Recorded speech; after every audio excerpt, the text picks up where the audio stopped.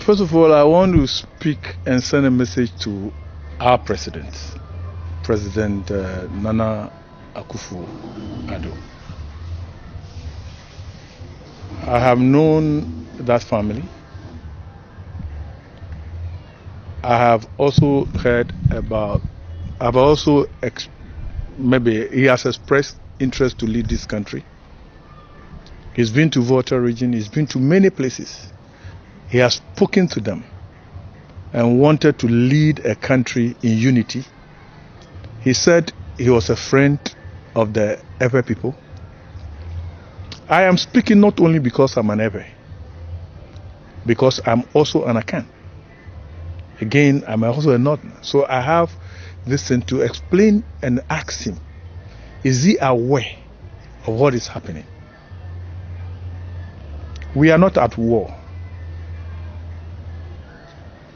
This country has gone through a lot of things, and I don't think that history should be repeating itself this time when we have a huge youth burst. They've come out of school, they are already frustrated, they don't have work. If they have work, it's not a well-paying job. But we have the ability to do that, and he has promised to do that. In fact, when he came and was sworn in, we thought that he was going to do a consortium seeking power. I don't want to bring myself into it, but I'm asking him, what is happening in the Volta region? Does he know about it? If he does not know about it, or he just heard about it, then he should act as a president. But if he knows about it, that is rather unfortunate. I want to explain one thing, that Ghana, current Ghana, was formed in 1957.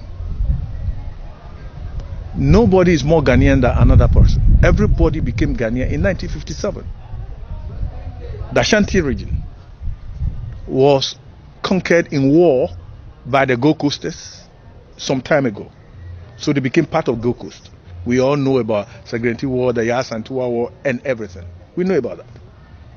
And the Gold Coast, as it existed, was part of the German territory that was given by the German king, that Aflau area in Anglo was given by the German king to the uncle, the aunt, who was Queen Victoria.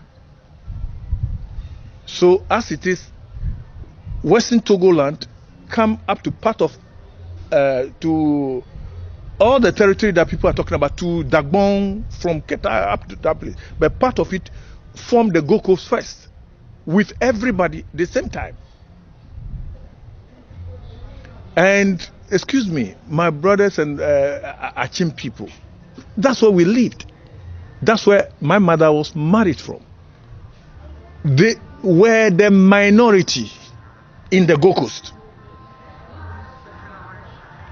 They were the minority in the Gold Coast. So what again is it that some people in the regime of my president, Nana Akufo-Addo, will be saying that they are more Ghanaians than other people, and that GMI, all those things were sparking fears about the dreaded aliens compliance law. And it happened in Nana's father's regime. And people thought it was being repeating itself. But events are showing that it's actually repeating itself. Now, the Gold Coast was formed between the Northern Territory, which was a survey was done by George Ekem Ferguson. And it was a treaty signed between the Gold Coast and the Northern Territory for them to join, not by conquest. And the Western Togoland that joined that place was also a transition country under the UN, who all these people came together to form what we call present Ghana. So everybody has an equal stake in this country as a citizen. The laws are clear. The laws before independence. In fact, there are categories of what constitute Ghanaian citizenship. There were the time before independence, the independent period during Nkrumah period, and then the NLC period, there were all those times, certain laws that have not gone away were all made. Then, thereafter, the constitution also brought in. The constitution also brought in what a Ghanaian is. It's clear. The people along the border, it's not their fault. They are not living on another person's land. They are living in British Togoland, Western Togoland, or whatever you might call it. That's where they are living in. It just joined and became part of Ghana. So you can't say somebody that you are not Ghanaian or they are on their land. I hope it's clear. So we want unity. We want peace. What the youth need here is not this. You close the border. It depends. So let these people you have sent over there stay along the border and stop going to the houses of people uninvited. If you want to enter into the house of somebody, so the concern is the security agencies should stick to the reason why they were taken there and not be invading the privacy of people. The reasons that they were taken there, according to the news, the media, is varied. What the government is saying, what they have, what others are saying, what politicians are saying. But the point is this: what is supreme? What is supreme is the law of Ghana.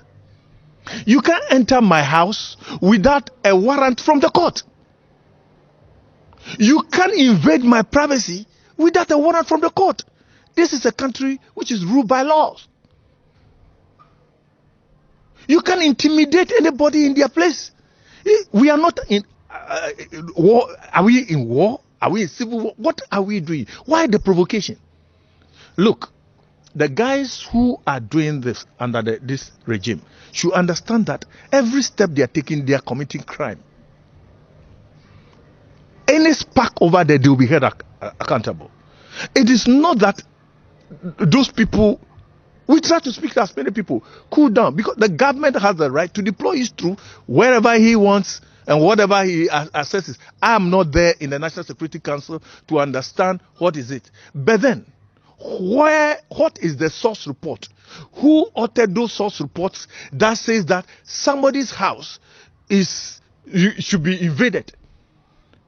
And the so-called powers that were given to Nana by Parliament, which exceeded what should have been done anyway. Who? Where is the source report? Let them make the source report plain to us. From Aflau up to Oti area, through Ho area, all those people are living in fears. The video I just showed you. A woman, how can you 10 people enter the house, search every